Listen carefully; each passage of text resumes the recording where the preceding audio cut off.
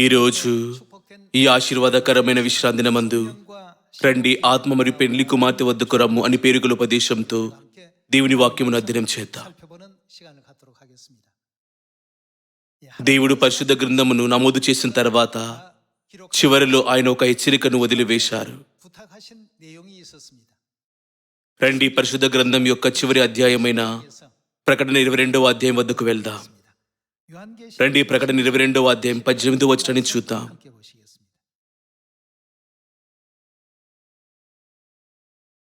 22వ అధ్యాయము 18వ వచనము. ఈ గ్రంథమందున ప్రవచన వాక్యములను విను ప్రతి వానికి నేను సాక్ష్యమిచ్చినదేమనగా, ఎవడైనను వీటితో మరి ఏదైనా కలిపినడలా ఈ గ్రంథంలో వ్రాయబడిన తెగులు దేవుడు వానికి కలుగ చేయను. సులభంగా చెప్పాలంటే ఏది కలపకండి. రండి 19వ వచనం చూద్దాం. ఎవడైనా ఈ ప్రవచన గ్రంథం అందున వాక్యములలో ఏదైనా తీసివేసినడలా, మరి యొక్క మాటలలో ఎవరైనా పరిశుద్ధ గ్రంథం నుండి వాక్యములను తీసివేసినట్లయితే దేవుడు ఈ గ్రంథంలో వ్రాయబడిన జీవవృక్షములోను పరిశుద్ధ పట్టణంలోను వానికి పాలు లేకుండా చేయను. దేనిని తీసివేయకూడదని దీని అర్థం. మీరు కలిపినట్లయితే మీపైకి మీరే వినాశనము తెచ్చుకుంటారు. మీరు తీసివేసినట్లయితే మీరు పరలోకంలో ప్రవేశించే ప్రత్యేక హక్కును కోల్పోతారు.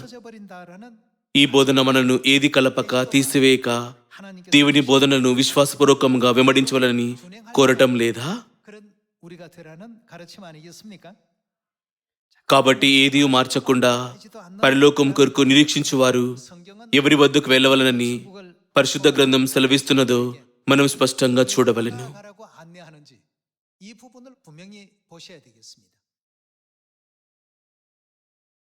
ఈ రోజులలో సత్యం నుండి అబద్ధమును గుర్తించుటకు ప్రజలకు ప్రమాణము లేదు.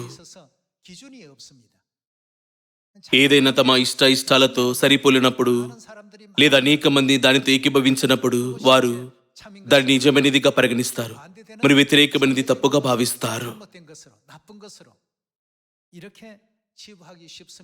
అయితే నిజమైన ప్రమాణమనున్నది మన రక్షణ నిమిత్తం ఇవ్వబడిన దేవుని వాక్యమైన పరిశుద్ధ గ్రంథము కాదా?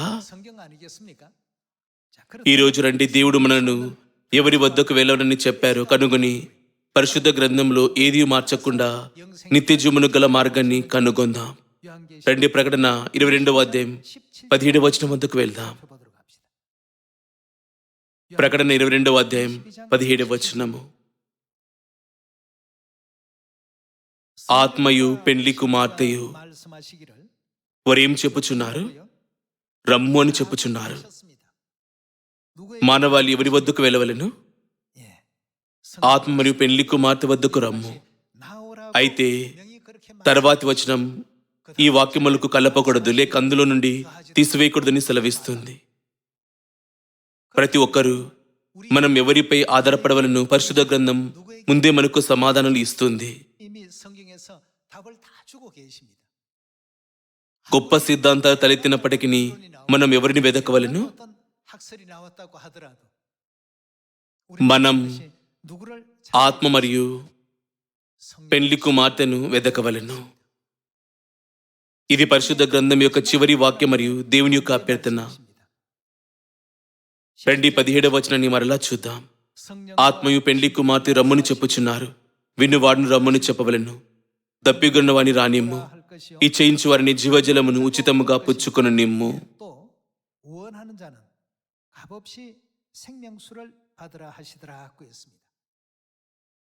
ఆత్మ మరియు పెండ్లి కుమార్తె వద్దకు రమ్ము మరియు జీవజలమును పొందుకొనుము.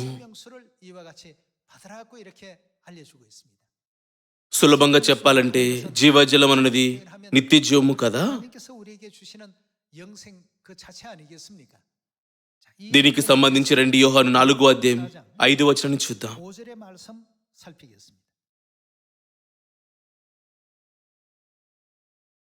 యోహాను 4వ అధ్యాయం 5వ వచనం. యాకోబు తన కుమారుడైన యేసుపుకిచ్చిన భూమి దగ్గరనున్న సమరియలోని సుకరను ఒక ఊరికి వచ్చెను. అక్కడ యాకోబు బావి ఉండెను. గనుక యేసు ప్రయాణం వలన అలసి ఉన్న రీతిని ఆ బావి యొద్ద కూర్చుండెను. అప్పటికి ఇంచుమించు 12 గంటలాయెను. సమరయ స్త్రీ ఒకటి నీళ్లు చేదుకున్నట్టు అక్కడికి రాక యేసు నాకు దాహమునికిమ్మని ఆమెను అడిగాను. ఆయన శిష్యులు ఆహారం కొనుటకు ఊరిలోనికి వెళ్ళి ఉండిరి. ఆ సమరియా స్త్రీ, యూదుడవైన నీవు సమరియా స్త్రీని నన్ను దాహమునికిమ్మని ఎలాగూ అడుగుచున్నావని ఆయనతో చెప్పాను. ఏలైనగా యూదులు సమరిలతో సాంగత్యం చేయరు.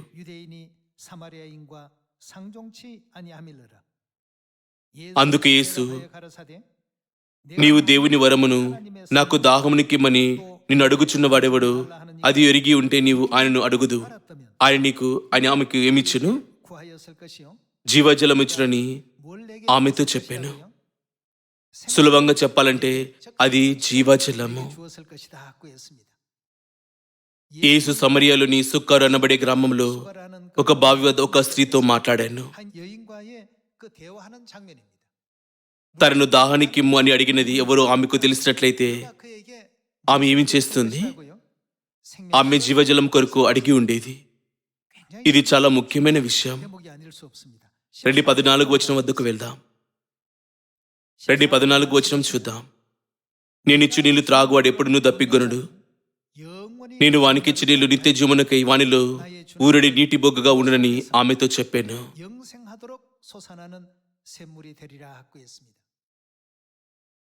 ప్రకటన 22:17 ఆత్మ మరి పెళ్లి కుమార్తె రమ్ము, దప్పిగొన్నవారు జీవజలమును పుచ్చుకున్నవలను అని పిలుచుచున్నారు.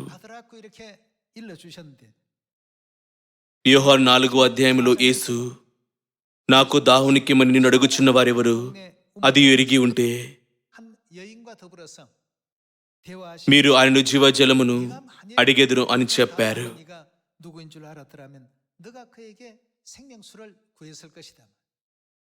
జీవజలము ఏ శక్తిని కలిగి ఉన్నది? అది నిత్య జీవము కొరకు ఊరే ఊటగా మారునని ఆయన చెప్పారు. కాబట్టి జీవజలము నిత్య జీవమునకు సంబంధించినదని ప్రకటన 22 మరియు యోహాను 4 ద్వారా మనం నిర్ధారించుకోవచ్చు.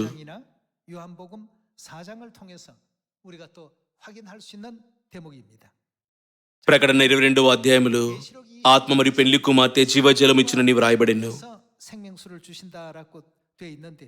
కానీ యోహాను 4 యేసు జీవజలమును ఇచ్చును. మరియు యోహాను 4 నాకు దాహమునికిమ్మని నిన్ను అడుగుచున్న వారెవరు? అది ఎరిగి ఉంటే ఇది చాలా ముఖ్యమైనది. సమరియా స్త్రీ ఆయనను ఒక సాధారణమైన వ్యక్తిగా చూసెను. కానీ తనను త్రాగమని అడిగినది ఎవరు ఆమెకు తెలిసి ఉన్నట్లయితే నిత్య జీవమును ఇచ్చే జీవజలం కొరకు ఆమె ఆయనను అడిగేది.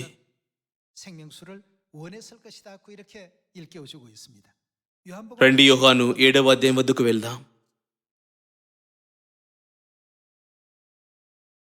యోహాను 7:37 ఆ పండుగలో మహాదినమైన అంత్యదినమున యేసు నిలిచి, ఎవడిని దప్పిగొని నెడల నా యుద్ధకు వచ్చి దప్పి తీర్చుకొనవలెను. నా యందు విశ్వాసముంచు వాడెవడో లేఖనము చెప్పినట్టు ఏమి పారును? వాని కడుపులో నుండి జీవజల నదులు పారునని బిగ్గరగా చెప్పాను.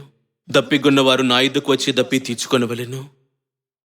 ప్రకటన 22:17 ప్రకారం ఆత్మ మరి పెళ్లి కుమార్తె ఎవరైనను మా వద్దకు వచ్చి జీవజలం పొందుకొనవలను అని చెప్పుచున్నారు.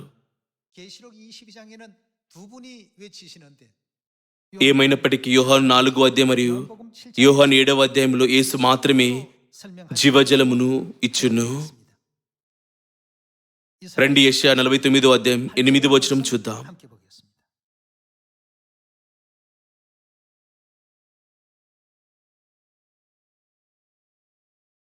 యెహోవా ఇలాగు సెలవిచ్చుచున్నాడు, అనుకూల సమయమందు నేను నీ మొరను ఆలకించి నీకు ఉత్తరం ఇచ్చి తిని, రక్షణ దినమందు నిన్ను ఆదుకుంటుని, బయలు వెలుడి అని బంధింపబడిన వారితోనూ బయటికి రండని చీకట్లున్న వారితోనూ చెప్పుచు దేశమును చక్కపరిచి పాడైన స్వాస్థములను పంచిపెట్టుటకై నిన్ను కాపాడి ప్రజలకు నిబంధనగా నియమించి తిని. మార్గములలో వారు మేయుదురు, చెట్లు లేని మిట్టలన్నిటి మీద వారికి మేపు కలుగును. 10 వారికి ఆకలిను దప్పేరును కలుగదు. ఇంకా ఏమిటి? వారి యందు కరుణించువాడు వారిని తోడుకొని పోవచ్చు, నీటి బుగ్గల యొద్ద వారిని నడిపించును. కాబట్టి వారికి ఆకలిను దప్పేరును కలుగదు. ఎండ మావులను ఎండ మావైనను వారికి తగలదు. ఆయనెవరు? ఆయన దేవుడు, స్వయంగా దేవుడు వారిని నడిపించును. ఆయన వారిని ఎక్కడికి నడిపించును? నీటి బుగ్గల యొద్దకు వారిని నడిపించును. ఇక్కడ జీవజలం యొక్క ఊట వద్దకు మానవాన్ని ఎవరు నడిపిస్తారు? దేవుడు మానవాళిని జీవజలముల ఊట వద్దకు నడిపించును. 하나님께서 생명수 근원으로 인도해 주실 것이다고 하셨는데요. 계시록 రండి ప్రకటన 7వ అధ్యాయం 14వ వచనాన్ని చూద్దాం.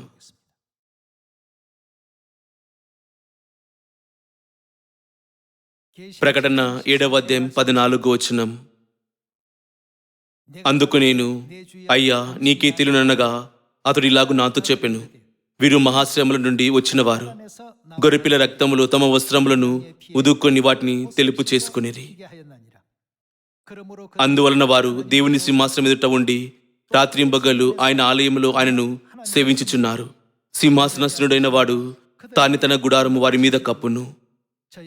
వారికి ఇక మీదట ఆకలైనను మరి ఇంకా ఏమిటి? దాహమైనను ఉండదు. సూర్యుని ఎండైనను ఏ వడగాలైనను వారికి తగలదు. ఏలైనగా సింహాసన మధ్యను అందుండు గొర్రెపిల్ల ఎవరు? ఆయన యేసు. ఆయన ఎలా ఉండును? వారికి కాపరి అయి ఆయన వారికి ఎక్కడికి నడిపించును? జీవజలముల బుగ్గల ఎద్దుకు వారిని నడిపించును. దేవుడి వారి కనుల నుండి ప్రతి బాష్ప బిందువును తుడిచివేయును. మనం చూస్తున్నట్లుగా రక్షింపబడవలసిన వారిని గొర్రెపిల్ల జీవజలముల ఊట వద్దకు నడిపించును. యెషయా 49వ అధ్యాయం 8వ వచనం నుండి 10వ వచనంలో దేవుడు వారిని నీటి ఊటల వద్దకు నడిపించునని వ్రాయబడెను. అదే సందేశము. ప్రకటన 22వ అధ్యాయంలో ఆత్మ మరియు పెండ్లి కుమార్తె దప్పిగొన్నవారు మా యుద్ధకు రండి అని కేకలు వేస్తున్నారు. కానీ యోహాను 4వ అధ్యాయం మరియు 7వ అధ్యాయం ప్రకారం మానవాళికి జీవజలమును ఎవరు ఇచ్చును? అది స్వయంగా యేసే. ప్రకటన 22వ అధ్యాయంలో ఆత్మ మరియు పెండ్లి కుమార్తె జీవజలం అనుగ్రహించునని వ్రాయబడెను. అయితే పెండ్లి కుమార్తె ఎవరు? జీవజలం యొక్క ఊటను పరిశుద్ధ గ్రంథం ఎలా వర్ణించిందో చూచుటకు జకర్యా 14వ అధ్యాయం చూద్దాం. జకర్యా 14వ అధ్యాయం.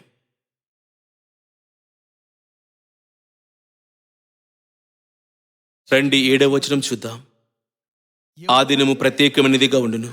అది యెహోవాకు తెలియబడిన దినము, పగలు కాదు రాత్రి కాదు, అస్తమయ కాలమున వెలుతురు కలుగును. ఆ దినమున జీవజలములు అది ఎక్కడి నుండి ప్రవహించును? యెరూషలేము నుండి పారి. మరి యొక్క మాటలలో జీవజలముల యొక్క ఊట అనగా యెరూషలేము. ఆ దినమున జీవజలములు యెరూషలేము నుండి పారి సగం తూర్పు సముద్రమునకును సగం పడమటి సముద్రమునకు దిగును. వేసవి కాలమందును చలికాలమందును అలాగునే జరుగును.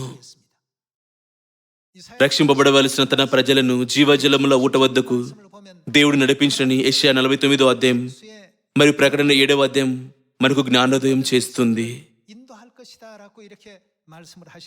ఈ యుగంలో తండ్రి అయిన దేవుడు మనను జీవజలముల యొక్క ఊటైన యెరూషలేము వద్దకు నడిపించును. యెరూషలేము ఎవరు ఆయన మనకు తెలియజేస్తారని దీని అర్థం. ఈ కారణంగా తండ్రి చేతి వ్రాతలో ఎలీషా ఏలియాని వెంబడించెను, యెహోషువ మోషేను వెంబడించెను, పేతురు యేసును వెంబడించెను, నేను తల్లిని వెంబడిస్తానని సెలవిస్తుంది. ఆయన మనను ఎవరి వద్దకు నడిపించుచున్నారు? జీవజలము యొక్క ఊట ఎవరు? ఆయన మనను పరలోకపు తల్లి యెరూషలేము వద్దకు నడిపించటం లేదా? ఆ దినమున జీవజలములు యెరూషలేము నుండి పారి సగం తూర్పు సముద్రమునకు సగం పడమటి సముద్రమునకు దిగును. 어디라는 것을 జీవజలం యొక్క ఊట ఎవరు పరిశుద్ధ గ్రంథం మనకు బోధిస్తున్నది. 자, 그렇다면 అయితే గలితీలు 4:26 వద్దకు మలటం ద్వారా యెరూషలేం ఎవరిని సూచిస్తుందో చూద్దాం. 26절의 말씀 함께 보겠습니다.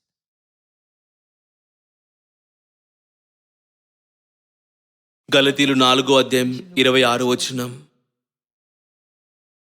అయితే పైనున్న యెరూషలేము స్వతంత్రముగా ఉన్నది. ఆమె 그 యెరూషలేం ఎవరు? 누구를 뜻한다고요? మనకు తల్లి. 어머니라고 했습니다.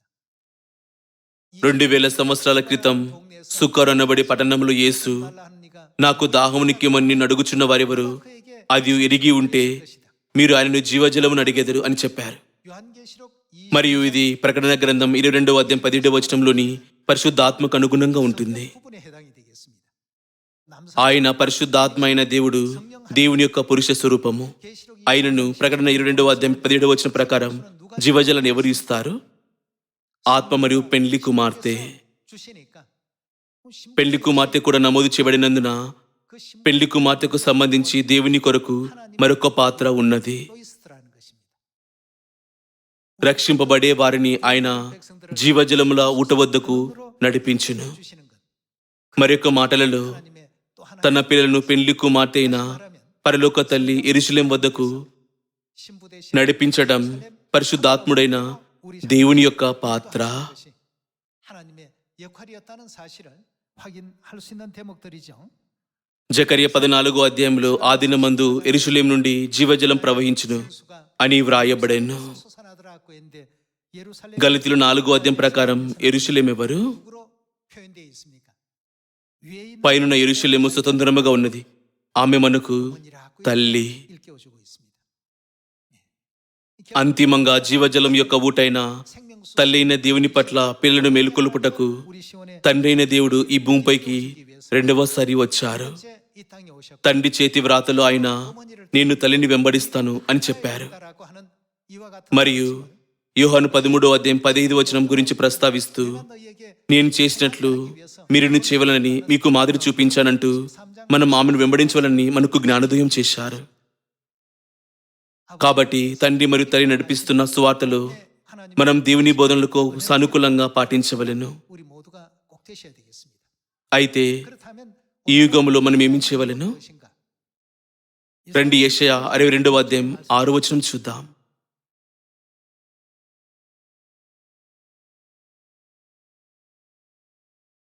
యెరూషలేమా, నీ ప్రాకారముల మీద నిన్ను కావలి వారిని ఉంచి ఉన్నాను. 세우고 రేయైన పగలైన వారు మౌనముగా ఉండరు. 잠잠치 않게 하였나니라.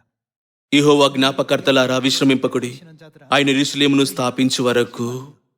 또 여호와께서 예루살렘을 세워 ఆయన ఎవరిని స్థాపించును? యెరూషలేము. 갈라디아 4장에 గలితీలు 4 ప్రకారం యెరూషలేం ఎవరు? ఈ విధంగా సీయోను పిల్లలు తల్లి వద్దకు వచ్చేలా ఆయన తల్లిని స్థాపించును. 하게 하기 위해서 ఇది యెషయా 62:7 వ్రాయబడెను. యెహోవా జ్ఞాపకర్తలారా విశ్రమింపకుడి.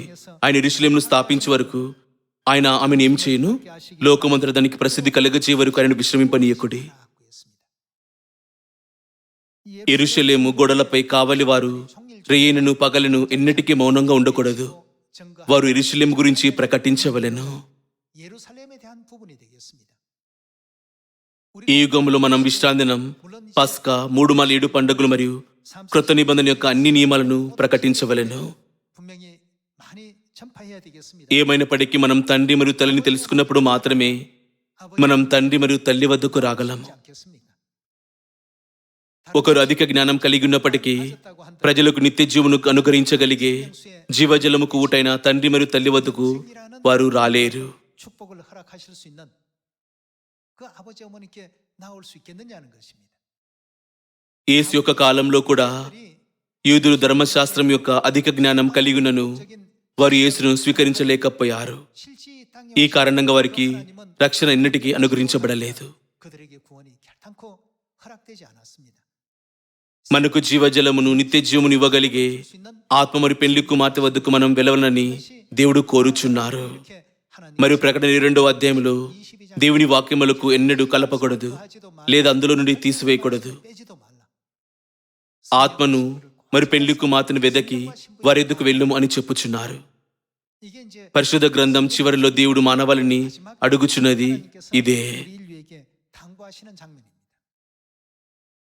지금 ప్రపంచం చీకటిగా మారుచున్నది. 날이 갈수록 점점 깜깜해지고 వారు పరిశుద్ధ గ్రంథంలోని దేవుని యొక్క గొప్ప బోధనలను 가르침을 కేవలం పురాణాలుగా పరిగణిస్తారు. 그저 하나의 어떤 전설이나 설화나 뭐 이런 취급 정도를 하고 కొన్ని ఐరోపా దేశాలలో అనేక మంది ప్రజలు 어느 국가 పరిశుద్ధ గ్రంథమును 성경 자체를 విశ్వసించారు. 그런 어떤 형태로 자꾸 사람들이 변모되어 가고 있다고 합니다. 오늘 పరిశుద్ధ గ్రంథం వాస్తవము అనే సత్యములో 사실이다. దాదాపు 3500 సంవత్సరాల క్రితం వ్రాయబడిన యోబు ద్వారా 약 한 3,500년 దేవుడు భూమిని శూన్యంలో 그 వేలాడదీశారని మరియు నీటి చక్రంను వివరించారని మనం 매달아 놓은 사실 గ్రహించవచ్చు. 물의 순환 과정들 ఇంకను దానిలు 2 మరియు 2장 7వ అధ్యాయం మరియు 8వ అధ్యాయముల ద్వారా 바벨론에서 బబులు నుండి మాదియా పారసికం వరకు, 파사에서 మాదియా పారసికం నుండి గ్రీసు వరకు మరియు గ్రీసు నుండి రోమా వరకు రాజ్యాల యొక్క ఆవిర్భావం మరియు పతనమును పరిశుద్ధ గ్రంథం వివరిస్తుంది. 그 나라들 రాజ్యాలు ఇంకా ప్రత్యక్షం కానప్పుడు కూడా చరిత్ర ఎలా జరుగునో దేవుడు ముందే 이미 వివరించారు. 세계가 어떻게 변모될 것을 명확하게 설명을 해 놓으셨습니다. కాబట్టి పరిశుద్ధ గ్రంథమును మనం ఏమి చేయవలెను? 어떻게 하라고요? 더하지도 కలపకూడదు లేదా తీసివేయకూడదు. సమస్తము ఖచ్చితంగా నెరవేరబడును. 그렇다면 అయితే ఈ లోకంలోని ప్రజలు ఎవరిని వెదకవలెను? 모든 사람들이 누구를 찾아야 됩니까? మనం వారిని ఆత్మ మరియు పెళ్లి కుమార్తె వద్దకు నడిపించవలెను. 우리가 또 మరియు సమరయ మరియు బుదిగంతముల వరకు 사마리아 땅 యెరూషలేం యొక్క మహిమను 예루살렘의 그 ప్రకటించవలెను. 수 있는 저와 여러분들이 꼭 되셔야 됩니다. 이 దేవుడు 성령께서 허락하시는 ఆత్మ మరియు పెళ్లి కుమార్తె చేత ఇవ్వబడిన జీవజలమును పొందుకుని వారే నా పిల్లలని కూడా చెప్పారు. 내 아들들이 될 것이다. 즉 రండి దీన్ని ప్రకటన 21వ అధ్యాయంలో నిర్ధారించుకుందాం. 말씀을 또 계시록 21장에서 우리 한번 확인해 보도록 합시다. రండి ప్రకటన 21వ అధ్యాయం 5వ వచనం చూద్దాం.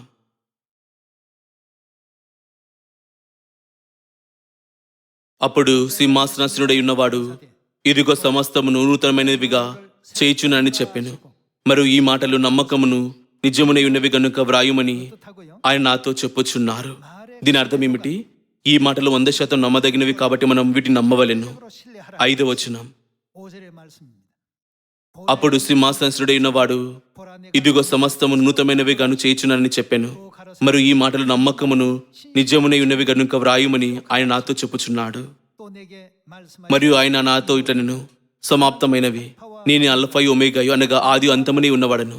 దప్పిగొన్నవానికి జీవజలముల బొగ్గులోని జలమును నేను ఉచితముగా అనుగ్రహింతును. 값없이 주리니 జయించువాడు వీటిని స్వతంత్రించుకును.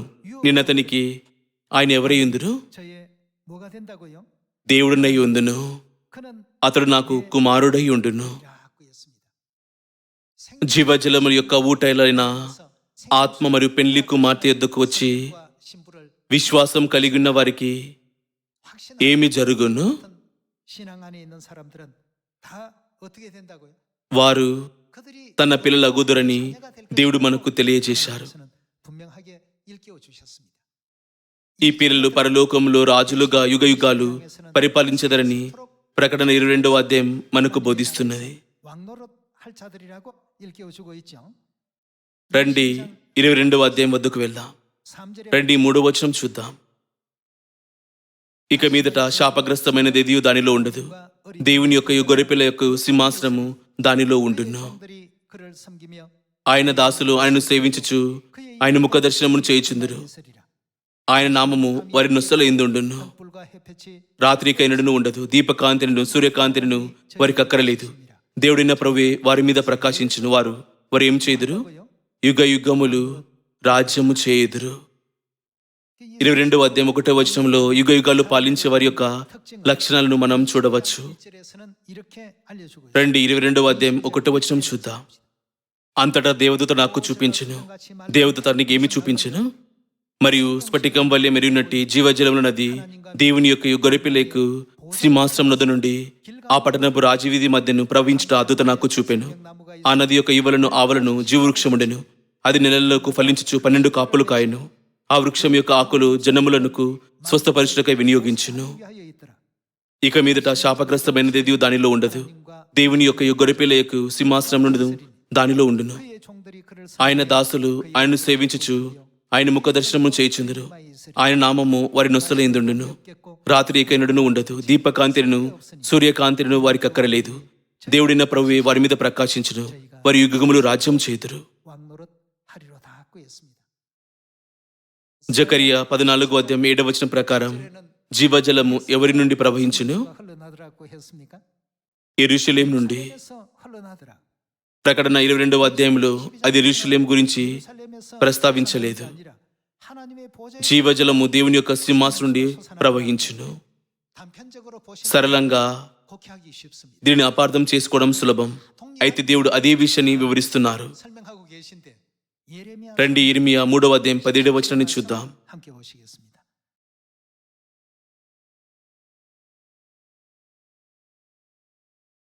ఆ కాలమున ఎవరి సింహాసనము? యెహోవా యొక్క సింహాసనమని యెరూషలేమునకు పేరు పెట్టెదరు. 여호와의 యెహోవా నామమును బట్టి యెరూషలేమునకు గుంపులుగా కూడి వచ్చెదరు. 모이리니라고 했습니다.